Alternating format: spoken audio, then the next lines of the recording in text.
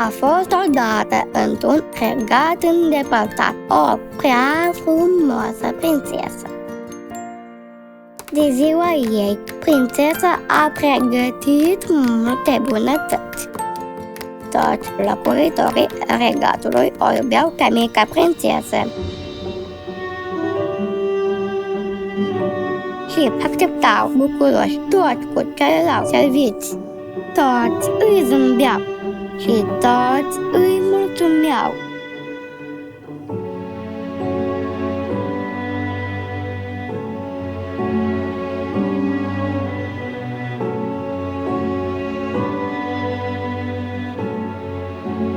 Toți râdeau și o felicitau pe prințesă de ziua ei. A fost cea mai fericită zi din viața ei.